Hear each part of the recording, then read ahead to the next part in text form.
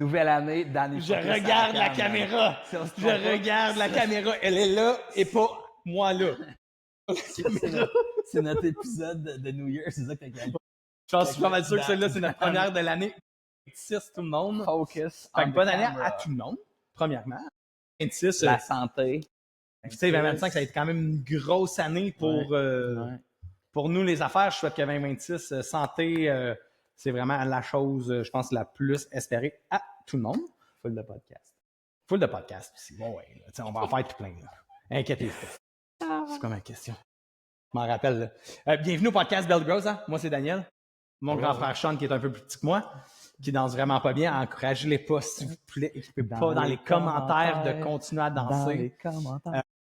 Sur ça, tu sais, comme j'aime ça aller dans l'alimentation pis tout, mais là, sérieux, des étiquettes nutritionnelles, là, des fois, c'est complexe à lire. Ouais. Qu'est-ce qu'il faut savoir?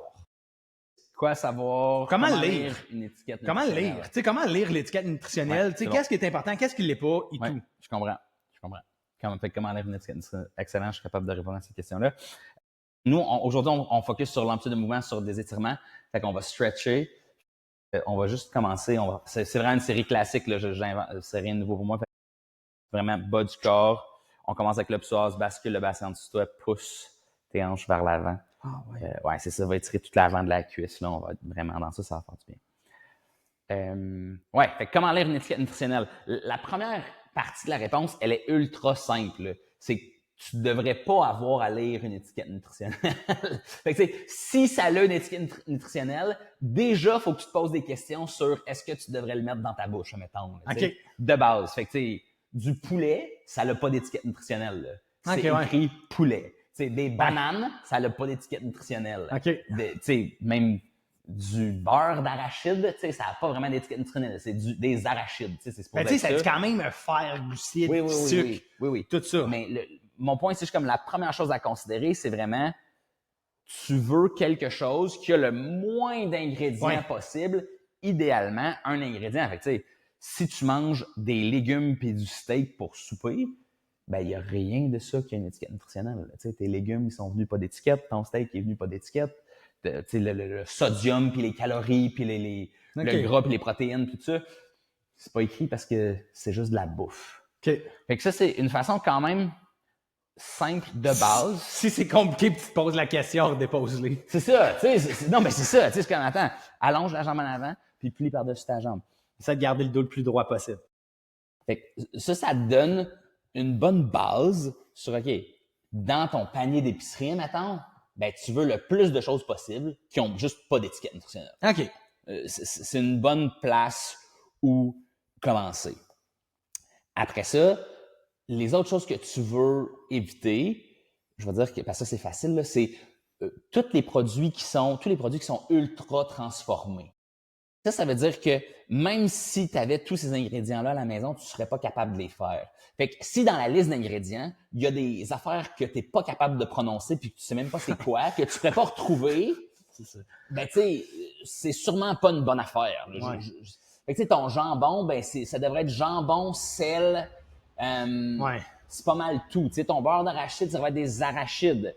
Tu sais, même, admettons, t'achètes une soupe en canne, ben tu sais, bouillon de poulet. Tu me fais penser, tu sais, j'avais une conversation avec un de mes amis. Puis là, il me dit, tu sais, je mange du beurre de pinot pour le déjeuner. Puis là, je l'ai regardé, je suis comme, tu manges-tu du beurre de pinot craft? Non, c'est ça. Puis là, regarde les ingrédients, là. Tu sais, c'est pas écrit arachide dans ton beurre de pinot craft. Il y a 8 ingrédients dedans, si pas plus. Non, c'est ça. Les arachides sont peut-être même pas le premier ingrédient. C'est ça. Je sais pas parce que malheureusement, je n'achète pas ça, ou heureusement, je n'achète pas ça un l'autre. Mais l'idée, c'est ça, c'est s'il y a des ingrédients que tu n'as aucune espèce d'idée c'est quoi, ben peut-être que c'est pas quelque chose que tu veux mettre dans ta bouche. Je vais le dire comme ça. On revient en avant, puis on amène les deux mains à l'intérieur, puis on essaie de descendre le plus bas possible. Fait que si t'es capable d'aller sur tes avant-bras, tu vas sur tes avant-bras. C'est mes pantalons qui me l'empêchent. Ah ouais, c'est ça qui dit. Fait que ça, idéalement, ça n'a pas d'étiquette nutritionnelle. Okay. Après ça, si ça en a un, les ingrédients que tu connais pas, tu les veux pas. Tu sais, que si t'es pas capable de les prononcer, c'est des choses que tu sais pas c'est quoi. Tu sais, je veux dire, même la crème glacée, là, au pire, là, C'est supposé être du lait. C'est de la crème. Du lait, de la crème, Une saveur. Une saveur. De la vanille, mettons. Coran 46, jaune 28, c'est pas...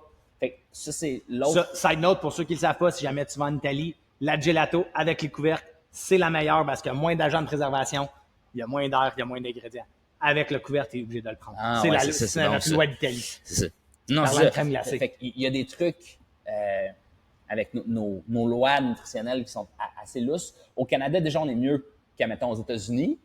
Mais en Europe, ils sont vraiment mieux. Tu compares les deux choses européennes. Ouais. Puis, tu sais, je le vois des fois sur les médias sociaux. Ouais. Puis marche ton pied droit vers la gauche, puis on descend en pigeon. C'est ça. Pas d'ingrédients qu'on connaît pas. Finalement, le moins de colorant possible. Ça, c'est un facile aussi à éliminer. Mais, tu sais, comme des fois, je check puis je vois pas le mot colorant. C'est quoi ça va être écrit jaune quelque chose, rouge quelque chose. OK, ça commence avec une couleur. C'est ça. D'habitude, c'est une couleur avec un chiffre. OK. Après. Mais j'avais vu un post que le rouge, c'est comme le pire. Pour les enfants? Je pense qu'ils aiment ça se compter d'histoire, mais je pense qu'ils sont tous pareils. Là, OK, c'est tout ça. Vraiment. C'est toute la crap, là. C'est ça. C'est vraiment pas l'idéal. Puis le pire, c'est que si tu regardes des bonnes compagnies, ben ils vont utiliser de la betterave pour faire le rouge, ils vont utiliser de la carotte pour faire l'orange. Fait qu'il y a une façon de faire des bons colorants, mais les colorants chimiques semblent être vraiment les pires, surtout pour les enfants qui ont des TDAH, parce que c'est vraiment ça joue avec le cerveau là, vraiment beaucoup. Fait que ça, peut-être checker ça, hein. Tu sais, vos petits goldfish à la maison, regardez combien d'ingrédients qu'il y a là-dedans. Ouais. Je suis pas mal sûr. Tu m'as déjà conté une histoire que tu traitais un enfant avec des goldfish, puis ça fonctionnait juste pas quand il en mangeait. Là. Je me souviens que tu m'as conté cette histoire-là. Là.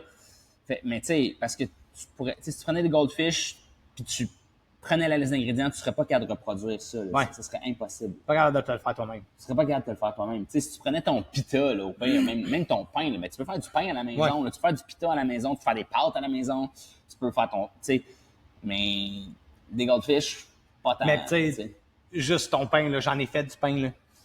Puis il était excellent, mon pain. Il goûtait vraiment bon quand je travaillais au coude avant de faire, là. Ouais. Mais qu'il y avait du sucre là-dedans. Non, c'est ça. Ben oui. Ben oui. C'est comme, oui, tu peux le faire, ça veut pas dire qu'il va être bon pour ta santé. Oui, mais il y a quand même une différence. On change de bord. Mais il y a quand même une différence, dans la restauration, où est-ce que je pense que c'est ça. Mais non, mais ça goûte bon, là. Vous trichez avec le sel et le sucre, là, parce que c'est comme une façon simple de faire que les choses goûtent bonnes dans la restauration, beaucoup.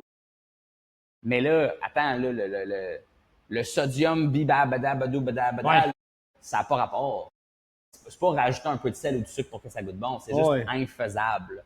Après ça, les premières affaires que tu regardais, combien de protéines qu'il y a dans ce que tu manges, puis combien de sucre qu'il y a dans ce que tu manges. Tu regardes ça, admettons, si tu as acheté quelque chose, ça serait les premières choses que tu regarderais. C'est-tu juste plein de sucre? J'ai-tu un peu de protéines dans mon affaire? J'ai-tu un peu de gras dans mon affaire? J'ai-tu juste du gras? Fait que, tu sais, on cherche évidemment des aliments qui ont plus tendance à être protéinés, qui sont moins sucrés en général. Tu sais, même le gras, on veut faire attention jusqu'à un certain point parce que c'est très savoureux. Tu sais, ça goûte vraiment beaucoup. Le gras, ça goûte vraiment beaucoup le sucre. Donc, c'est facile à surconsommer en bout de ligne. Tu sais, on a déjà parlé de ça. Ma première intervention nutritionnelle chez la majorité du monde, c'est juste augmenter leur source de protéines. Fait que, mange plus de protéines, la majorité du monde. Fait qu'assure-toi que c'est pas que du sucre, puis... Assure-toi que c'est pas que du sucre, puis assure-toi qu'il y a quand même un peu de protéines. Après ça, tu sais, tu décides d'acheter des chips, là. Oui! Mais non, mais là, un sac de chips par semaine, ça va pas tuer quelqu'un, là. Idéalement, non. C'est un sac de chips par jour, on repose des questions. Puis si tu me dis, ouais, mais des chips, c'est des patates, puis c'est des légumes... Des patates, c'est pas des légumes, mais... Ben non, mais moi, je le sais, ça. Ça, je le sais, t'es pas obligé de me le dire. Ben, j'entends du monde dire ça. Ouais, mais c'est des patates. L'autre, tu sais, le gros, c'est les gras trans. OK, ouais. OK? Fait que, tu sais, dans toute l'espèce de culture qu'il y a eu anti-gras des années 80-90, admettons, ça aurait vraiment dû être une culture, premièrement, anti-sucre et deuxièmement, anti-gras trans. Fait que des gras trans, ce que ça veut dire, c'est... Transformé. Non. Non? OK. Non, c'est ça. Non. C'est pas pire? Non. Ben non, avoue, c'était proche, là. C'était proche, tu pensais la même chose que moi. Je suis sûr qu'il y en a d'autres qui pensaient la même chose que moi. C'est drôle parce que là, tu vas me trouver encore un... Mais non, mais t'es nerd, je le sais. Fait que là, la molécule de gras, elle a une certaine conformation, puis les hydrogènes qui dépassent peuvent être en ce qu'on appelle une formation cis, CIS, ou trans. CIS, c'est pas un mot. Ouais, c'est non, ça. C'est écrit C'est écrit, non. C'est cis ou trans. Fait que quand tu... Non, mais je l'ai dit que t'allais te moquer de moi. Il faudrait faire un zoom-in sur ma face en ce moment, s'il vous plaît. Ce qui arrive, c'est quand, OK, on va se passer à l'autre stretch. quand tu prends un gras qui est instable, fait que tu sais, tous les gras de plus d'origine végétale sont des gras qui sont moins stables. Ils ont plus de double liaison entre les molécules de carbone. Ce qui arrive, c'est que leur conformation, elle change de cis à trans. OK? Et avec ce changement de conformation-là vers le gras trans, ben là, on se ramasse avec quelque chose que le corps ne reconnaît pas et qui est vraiment dur sur les artères et qui est très, très, très inflammatoire. Sur les artères, t'as dit? Sur les artères, OK. oui. Fait que le gras trans, c'est ça qui va faire bloquer tes artères souvent. Ouais. Fait que exemple de gras trans, l'huile de canola. Ben, en fait, ton huile de canola cuite. Right? Ah oui? Fait que c'est quand c'est réchauffé, parce que sinon, ton huile, c'est juste qu'elle a beaucoup de double liaison, ton huile végétale de canola. C'est juste qu'elle, souvent, elle va être réchauffée, là. Souvent, Oui, ta friteuse. Des friteuses dans des restaurants, 99%, c'est de l'huile de canola. Exact, mais c'est ça. Pas cher. Ben, puis ta friteuse, l'huile est vraiment, vraiment chaude, là. Elle est pas un petit peu réchauffée, là. Elle bouille. Puis elle est jamais propre. Non, c'est ça. Fait que tu te ramasses avec... Puis tu sais, c'est là... Puis là, c'est drôle, là, parce qu'on va faire un peu... les compagnies de produits à base de gras chauffés, ils ont comme réalisé ça. Et si tu as moins que 0,1 g de gras trans, tu n'es pas obligé de l'afficher sur l'étiquette. Si t'as moins de 0,1 g. De gras trans. OK. Fait que ce qu'ils ont fait, c'est qu'admettons, à la place de dire que une portion de chips, c'était 20 chips, parce qu'à 20 chips, il y avait 0,15 g de gras trans, il fallait qu'ils l'affichent, ils ont mis une portion de chips à 10 chips. Fait que là, ils sont à 0,075. Fait que là, Ils sont pas obligés de l'annoncer. Ils peuvent écrire 0,30 hein? sur ton étiquette, pour revenir à notre question initiale. OK. Sur ton étiquette, si c'est écrit huile hydrogénée ou huile chauffée ou huile, tu sais, n'importe quoi, dans le fond, aussitôt que tu as une huile de canola ou quelque chose sur quelque chose qui a été cuit, c'est sûr qu'il y a des gras trans dedans. OK. C'est comme garanti. Il y a 3 sortes de gras, right? Trans, saturé. Ouais, non, en fait, c'est saturé, insaturé, puis polyinsaturé. Fait que C'est pas monounsaturated? ouais, monounsaturated. C'est polysaturé? Non. Saturé, c'est tes gras à base de tes gras, je vais dire, plus à origine d'animaux. Fait que là, on a du beurre, des choses comme ça. Est-ce que ça, c'est bon? Oui, ça peut être très positif. C'est super bon pour tes cellules, l'enveloppe de tes cellules. Ton gras monoinsaturé, fait que tu as juste une double liaison entre tes molécules de carbone. Ton huile d'olive, c'est un gras monoinsaturé. Puis tes gras polyinsaturés, donc à plusieurs doubles liaisons entre les ça, c'est les molécules. pas bons. En fait, ils sont super bons. Faut juste vraiment pas les chauffer. Parce que, mettons, tes oméga 3, qui sont des super, super bons gras, il y a plein de doubles liaisons. Mais c'est super compliqué de faire des oméga 3 de qualité sans la chauffer. Sans la chauffer. Puis c'est pour ça que, mettons, les oméga 3, je suis vraiment stock-up sur qu'est-ce que je laisse les gens prendre.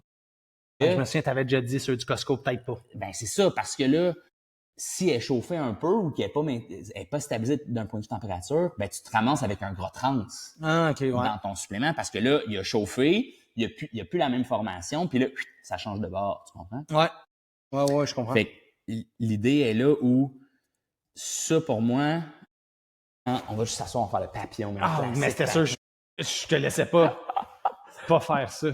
Fait que tes genoux sont bien hauts, je pensais que t'étais plus flexible que ça. Pas dans celui-là. Je suis pas très flexible dans celui-là. C'est les années de hockey, je pense, qui m'ont eu pour mes petits adducteurs. Fait que ça, c'est quand même un point. Comme je dis, idéalement, pas d'étiquette. Deuxièmement, s'il y a des ingrédients que tu n'es pas capable de reconnaître, on les prend pas. Troisièmement, tu sais, on veut de la protéine, on veut pas trop de sucre. Certainement, ça, c'est super important. Et ensuite, l'autre qu'on veut vraiment pas, c'est ton gras chauffé. Fait que les gras qui supportent le mieux la chaleur, parce que l'huile d'avocat, c'est vraiment ça. L'huile d'avocat, c'est comme le best. C'est comme ton numéro 1. Sinon, tu sais, le gras de canard, le beurre, le suie, tu sais. Comme il faut se rappeler que dans le bon vieux temps, tu sais, je parle d'il y a très longtemps, tu vas savoir les années, le McDonald's faisait leurs frites dans du gras de viande, dans du beef tallow, que je sais pas c'est quoi la traduction. Du suie de bœuf. C'est ça. Fait que tu sais, ça, c'était super bon de cuire ça là-dedans. Mais parce qu'au moins, c'était stable. Tu n'avais pas de gras trans. Parce que dans ces gras-là, c'est un gras qu'on appelle saturé. Il n'y a pas de double liaison. Fait qu'il ne peut pas changer sa conformation. OK. Fait que ça serait comme les top points, je pense, à regarder quand... Le moins d'étiquettes possible. Le moins d'étiquettes Après ça, possible. s'il y a des étiquettes, le moins de mots possible. Ouais. Moins de sucre, plus de protéines possible. Ouais. S'il y a des mots que tu comprends pas. Si tu Pas vois des top. couleurs dessus, Ouais, pas rouge, top. jaune, Pas top. peut-être à remêler.